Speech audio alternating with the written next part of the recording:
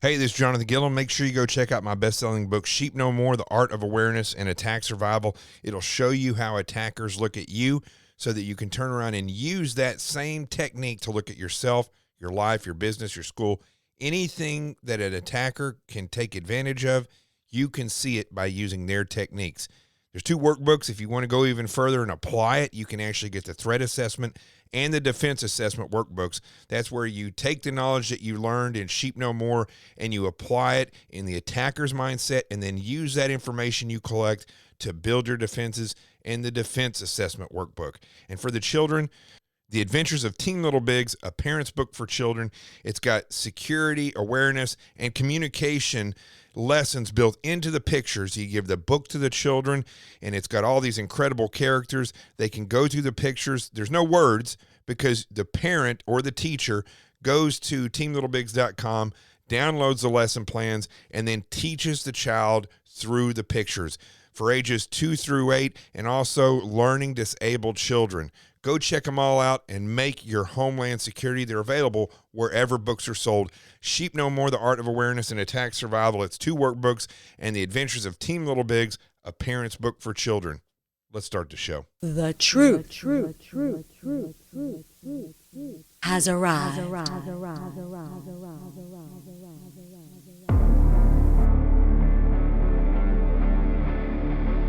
My name is Jonathan Gilliam, and this is The Experts.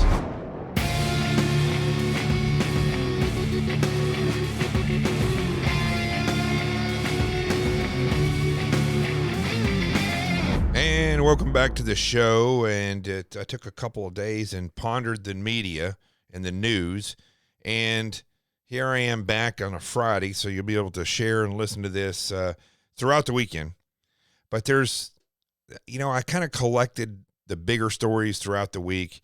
And then Joe Biden came on and did his press conference today. So, as always, I say this is going to be a shorter show today. Probably will be, because really the headlines are the stories, the major headlines throughout the week. Today, there's really the headlines are normal. Listen, crazy is normal now.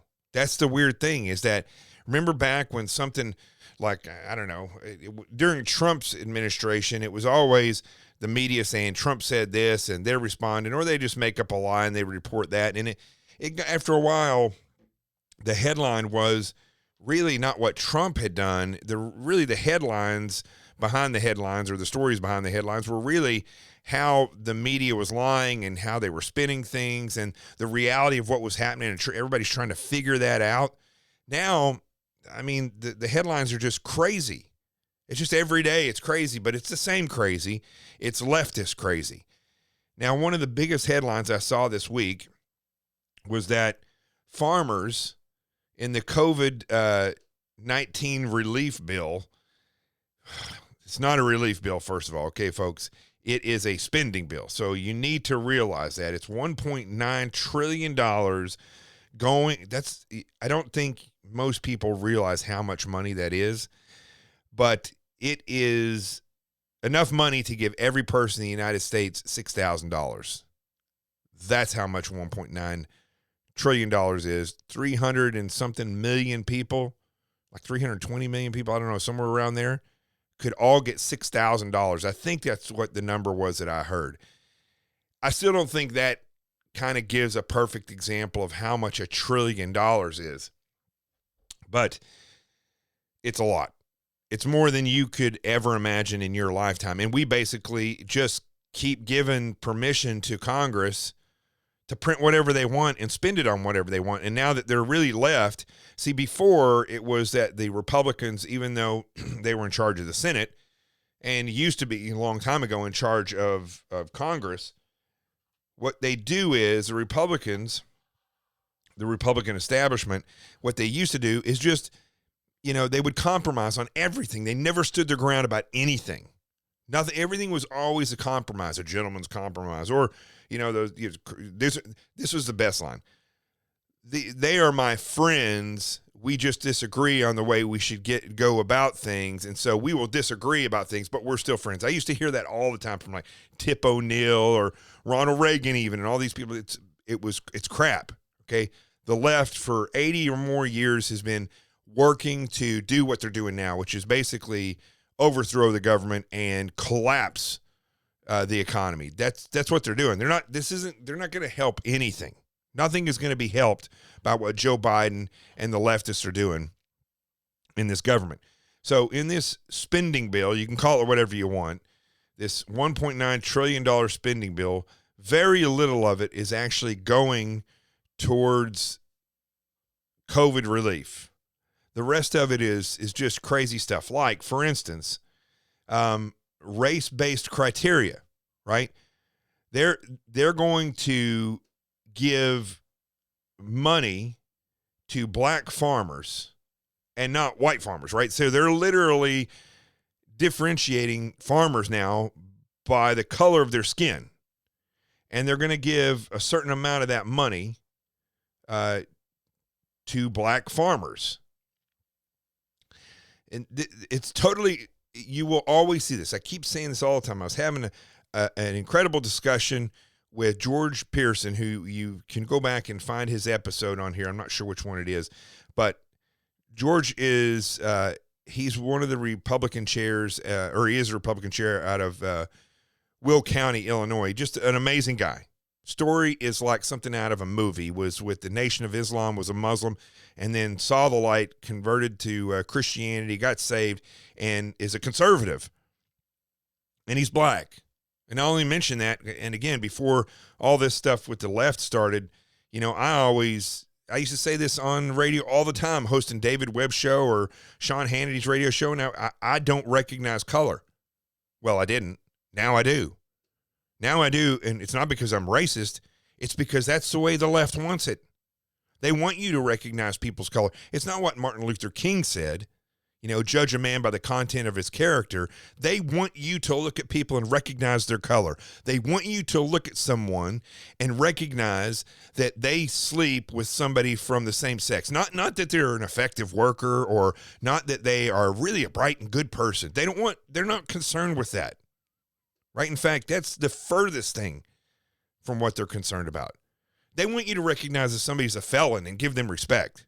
They want you to recognize that somebody has been in jail for murder, and now that they've served their sentence, that they should just be completely trusted to make the right decisions when voting or carrying a weapon or whatever. But they don't want you, the good person who has always abided by the law, they don't want you being able to just go out and get a weapon like your Second Amendment says that you should be able to, and they don't really care about your vote, to tell you the truth. I think the theme of things lately in this show has been that old saying that we used to have in the FBI, you know, you may love the FBI, but the FBI doesn't love you. That's what the saying used to be when I was in the FBI. What a demoralizing statement that is, by the way. But it's same thing here. You know, you may think you're a minority, right? I challenge you. Tell me what a minority is. I challenge you to tell me, take politics out of it and explain to me what a minority is. Explain to me, as far as like equality goes, explain to me the difference between what a man can achieve and a woman can achieve in business.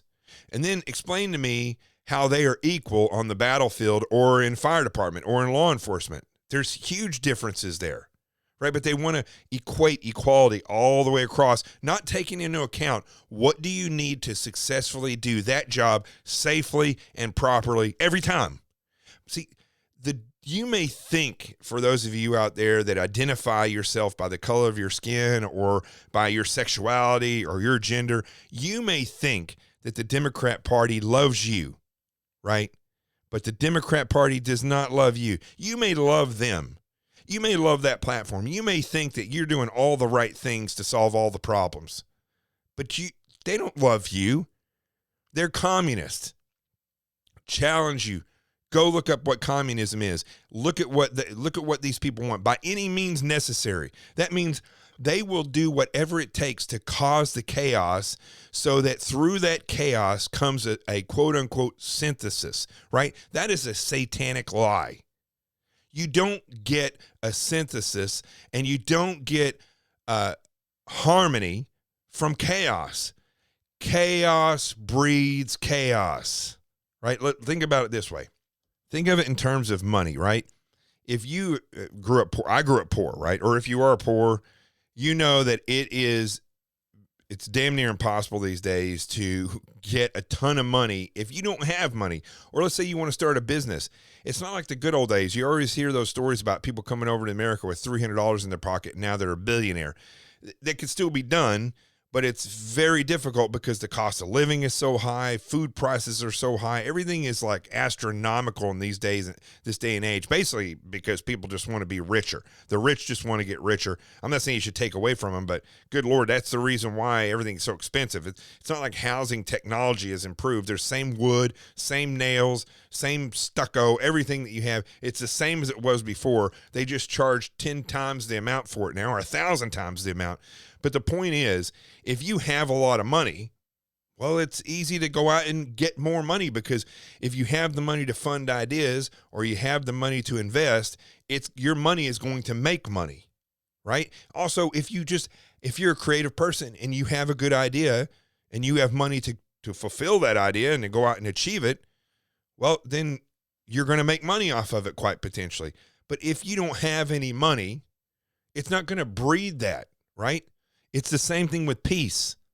If you have peace, if you have harmony, if you have people who are incredible leaders and think effectively and aren't trying to prolong issues so that they can campaign on those issues.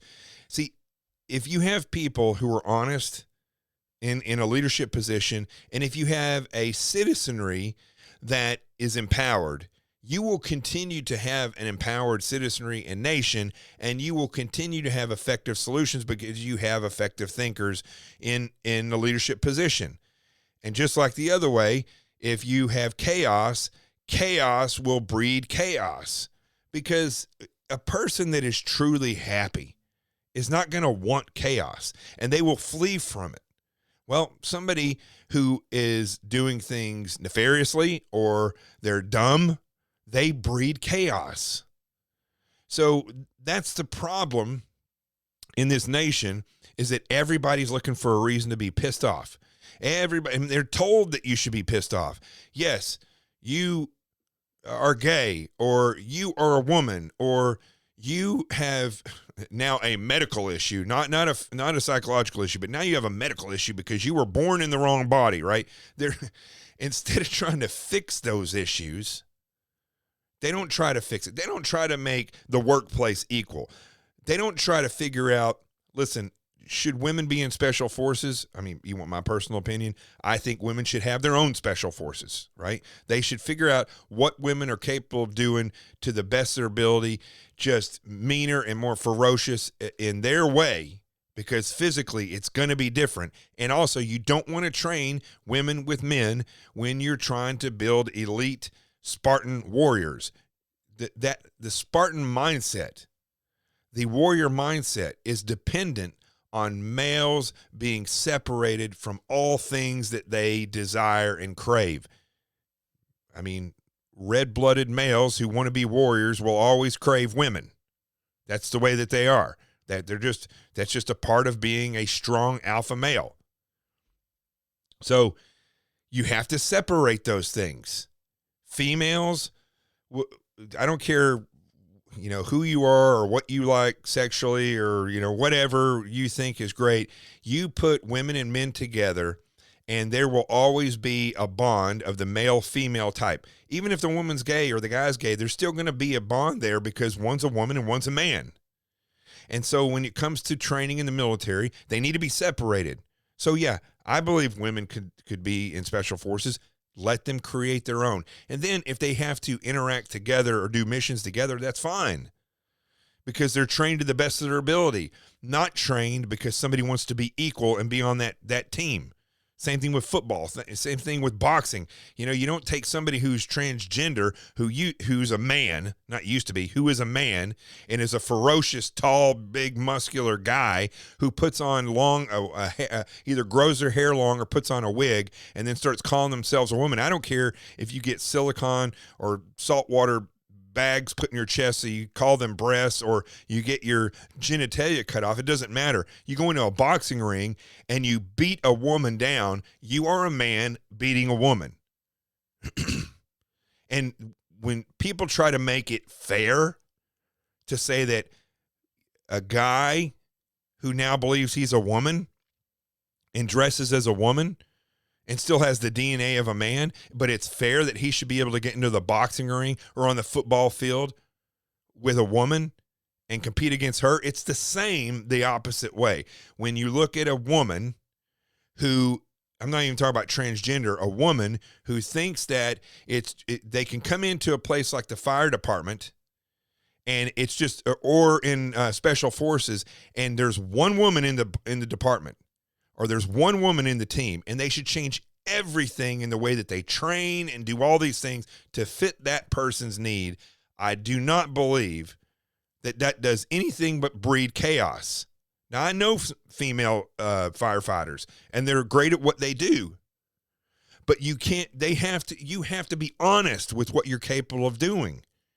If you just want to be a fireman and you're a female, you need to either become a beast to be able to pull one of your fellow firefighters that may be 250 pounds out of a room, or you need to be honest with yourself and figure out where you need to be. It's the same thing with a guy who wants to go in and dress like a woman or thinks he's a woman, and you want to go in and box with girls, and you just devastate these people, or run track with females who you're superior because you have more testosterone flowing through your body. Your bone structure is different. Everything's different.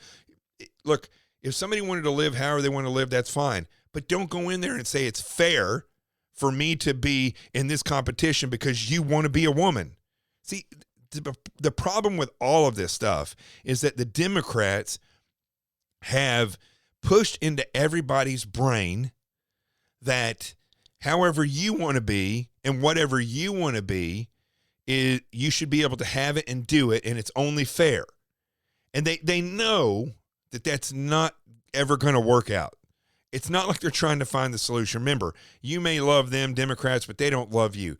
You may think that they have your best interest at heart, but they do not have your best interest at heart. They know that these things will never work out. That's why they push them so hard. By any means necessary, they're trying to create this chaotic state. And the ones who are socialists that don't get the reality of what's occurring, this satanic plan, they're just dumbasses and don't know that how incredible it is when you empower people to be their best, when you don't support their hangups, when you don't give them unemployment forever and ever and ever, when you make people step forward and be the best that they can be, or else they don't get what they want, and you empower people by helping them be the best that they can be, what you end up getting in that case is an incredible citizenry. You never hear the Democrats talk about that. And you never see the Republicans insist on it. You don't.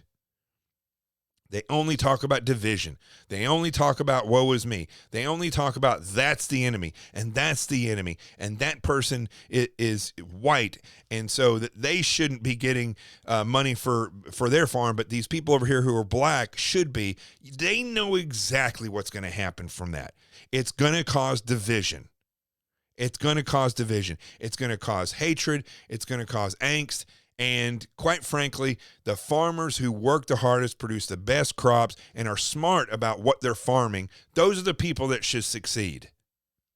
If you're not good at farming, it doesn't matter what color your skin is. And sometimes it's what region you live in. Some of these places are, it's just breaking down. It's dry. Instead of giving farmers money based on the color of their skin, they should be trying to help find where do we need a crop? What crop do we need the most in this nation? And then helping those farmers move there and start farming. It doesn't matter if they're black or white. If they're interested in going for it, help them out. You're not going to hear it. Why? Because they don't care. It's not about that. Look, people can go back and listen to this whole thing I was just saying a few minutes ago about gay or straight or women in the military. And they can say, I disagree. He's a bigot, whatever, yada, yada, yada. It's not true.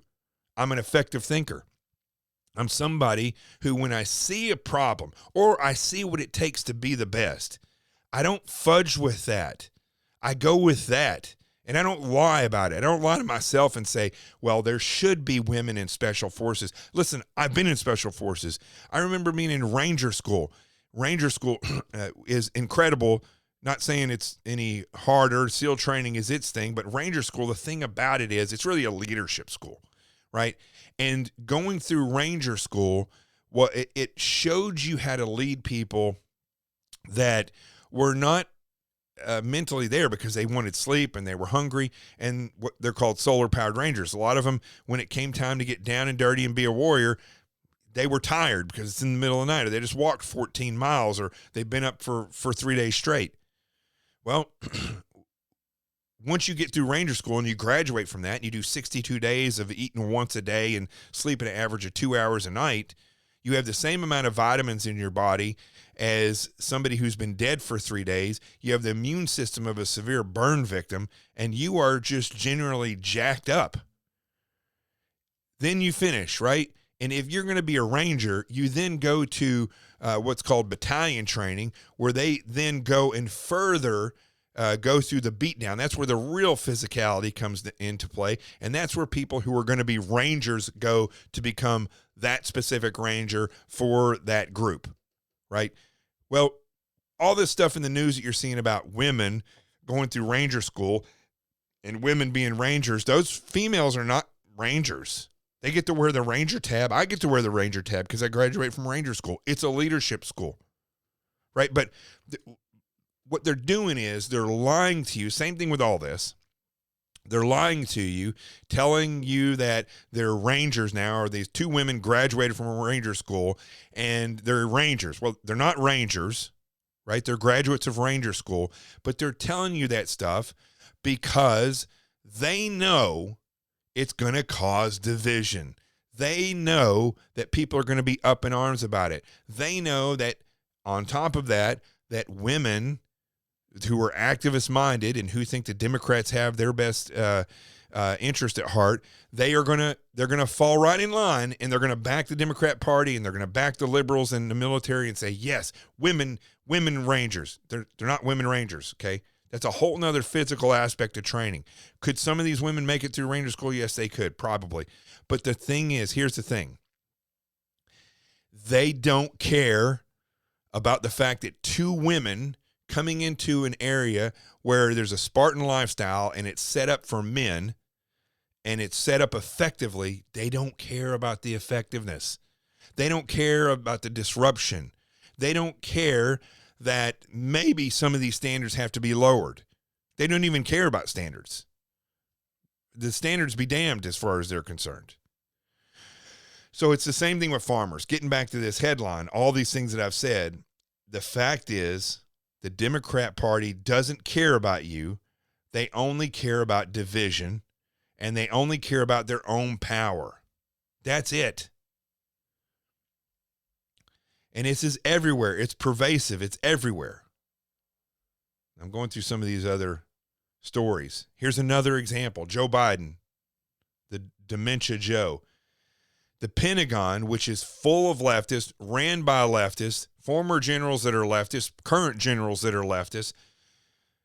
The Pentagon has confirmed that Biden's new restrictions on drone strikes and commando raids exist, that they're going to start restricting these things. Now, I was reading this story earlier in the week, and if you see, here's the thing: if you know and you have insight because you've worked in these areas, you're going to see these stories. And like I was telling you about Ranger School a second ago, you're going to see where the lie exists.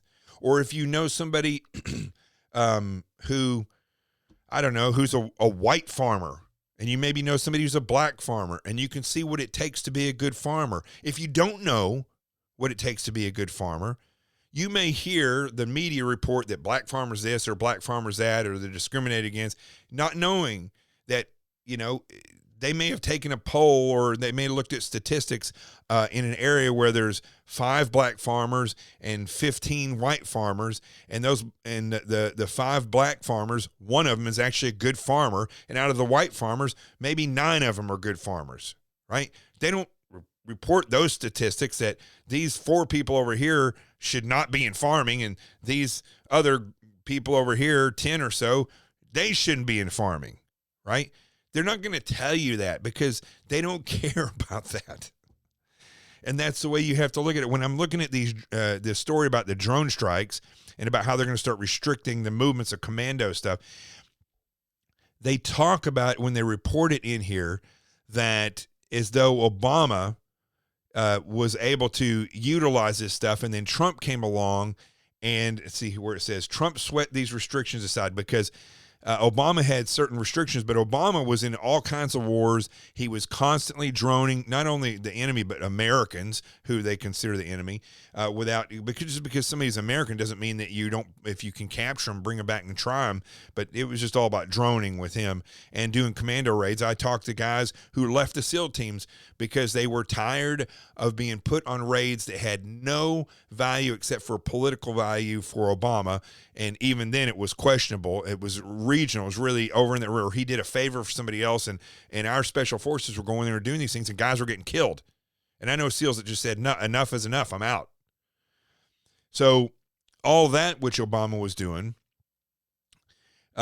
they basically made it sound like, because Obama had such control over the generals, that they make it sound like when Trump came in, he just gave full reign to the generals, and the generals could do whatever they want. The admirals could do whatever they want. And it was a delegated style that he boasted of as a businessman. This is what this story is saying. But Pentagon officials quickly grew concerned. They're saying the Pentagon grew concerned that their newfound freedom also meant the White House may not shoulder the blame of any of the missions if they went wrong. So now Joe Biden comes in because he's the hero as far as the Democrats are concerned, and he comes in and resets these restrictions, not because, and it was never Trump's intention to not take the blame when the generals did something wrong. The generals, many of these generals are incompetent, just like Trump said, but he wanted to give them free reign to do what they needed to do effectively. They're the military. That's what they do. But Joe Biden comes in, he goes back to the Obama way. They're like, well, they're going to put these new restrictions. It's not new. He's going back in and taking control over and dictating what the military does based on what he wants, not what they're good at and not what the needs are for freedom around the world. That's not the way the Democrats work. Why? Because they don't care. They don't care. You may love them liberals, but they don't love you. They don't care. I can't say that enough. Okay, now I just want to play a few minutes of Joe Biden's press conference today, which was, it was just one big act. So I talked to somebody who's a doctor who works in the field of dementia. And there are certain drugs that they give for patients who have dementia, and there's certain side effects of those.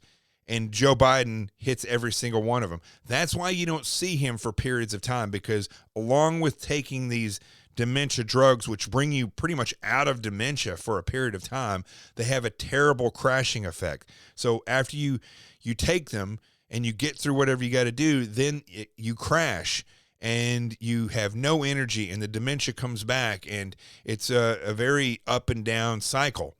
You can look at his eyes, as dark as they are, as lost as they look. He's struggling. When he's thinking, he's struggling to find a coherent thought. And the fact is, he can't even read the teleprompter properly. Now, I'm no genius at reading a teleprompter. I do live reads when I'm on the radio, and I hate it.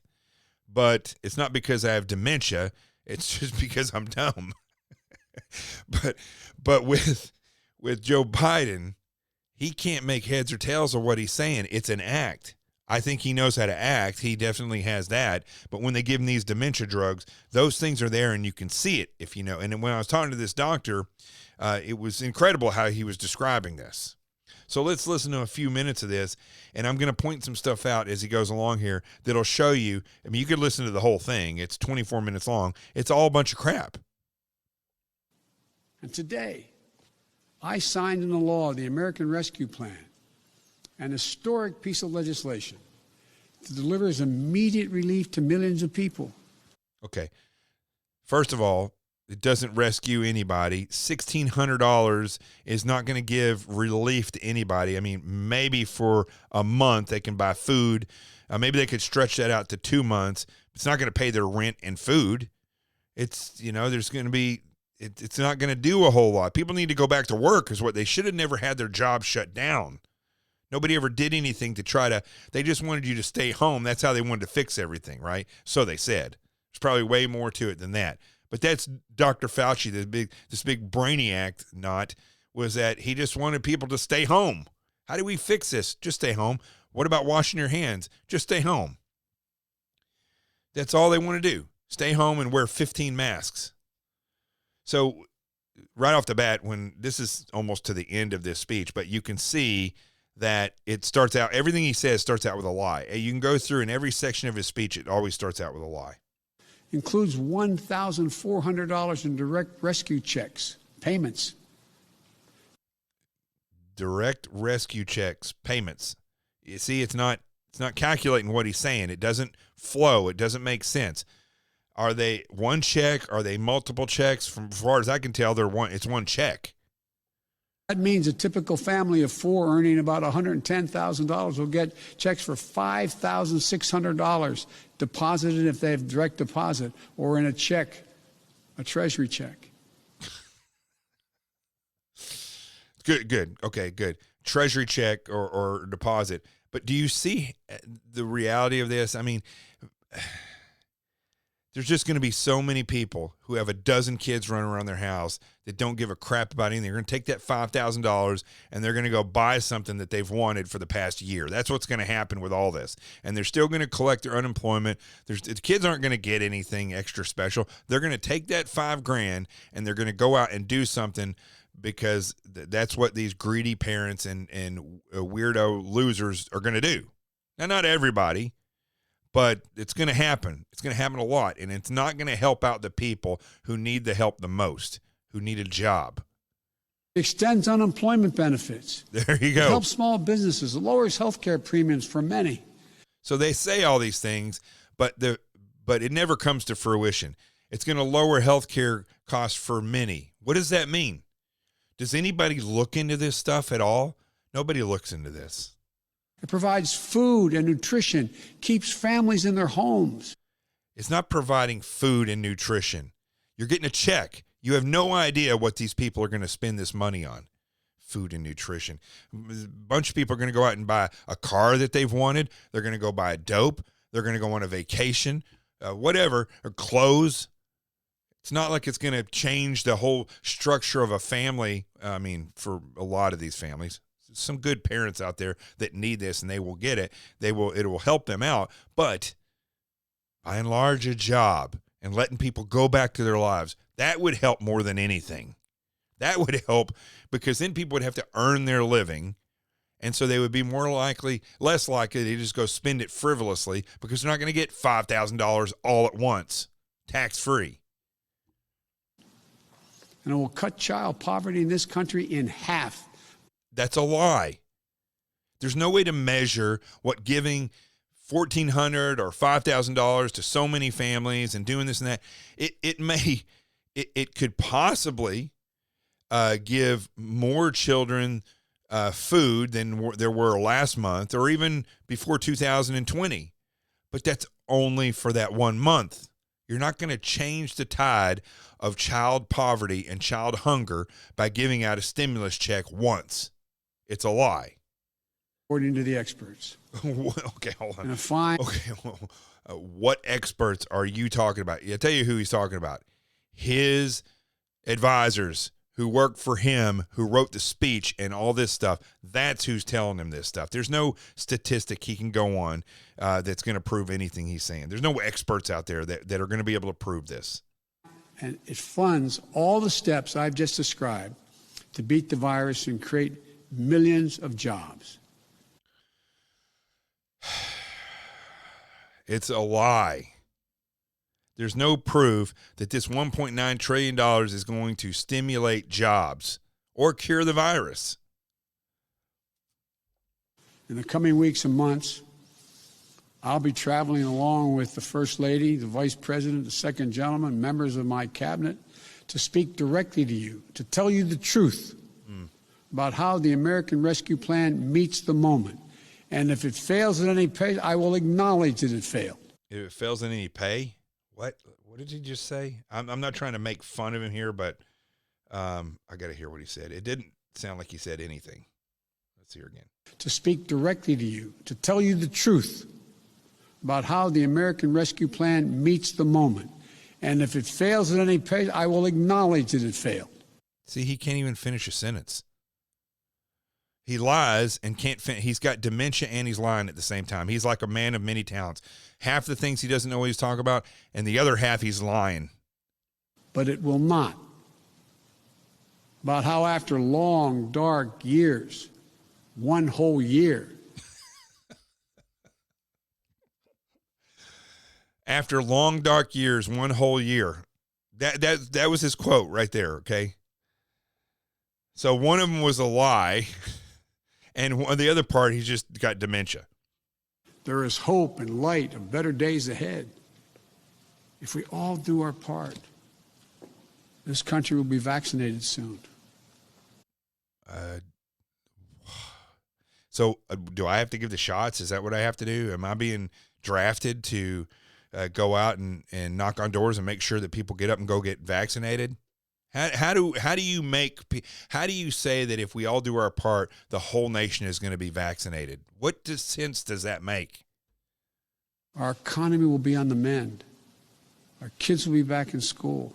If you let people go back to work, and in all these Democrat states they allow people to go back to work, they will have jobs. They will have a paycheck.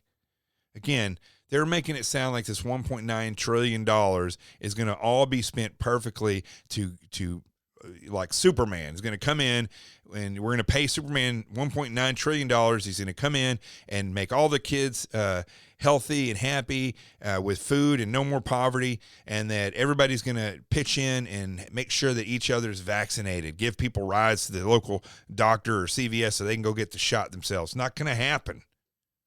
Doesn't happen like that. It's a lie. And we'll have proven once again that this country can do anything, hard things, big things, important things. Sounds like Cuomo hitting on somebody. All right, that's enough for him. So, again, I hope today's show, I'm aggravated. I don't know if you could tell that I'm aggravated. I feel worse now than I did the day after Trump lost the election or had it stolen, whatever you want to say. I feel worse now because all this stuff is predictable. I've been screaming about this and watching it happen over the past 4 years, really this past 7 years. Since I got out of the FBI, I've told this story. That's when the wool came off of my eyes, and I was able to actually see that communism was on the move. You can call it whatever you want, but it's on the move. And not only should we recognize that communism is on the move, we should recognize that the Democrats, as I've been saying throughout the show and all week, the Democrats don't care about you. They don't care. They just want chaos. And wherever chaos exists, chaos breeds chaos. And when you combine the chaos with the lack of service and the fear of a population in getting in trouble so they won't stand up against this chaos that's being bred by the left, then you are going to have a failed society.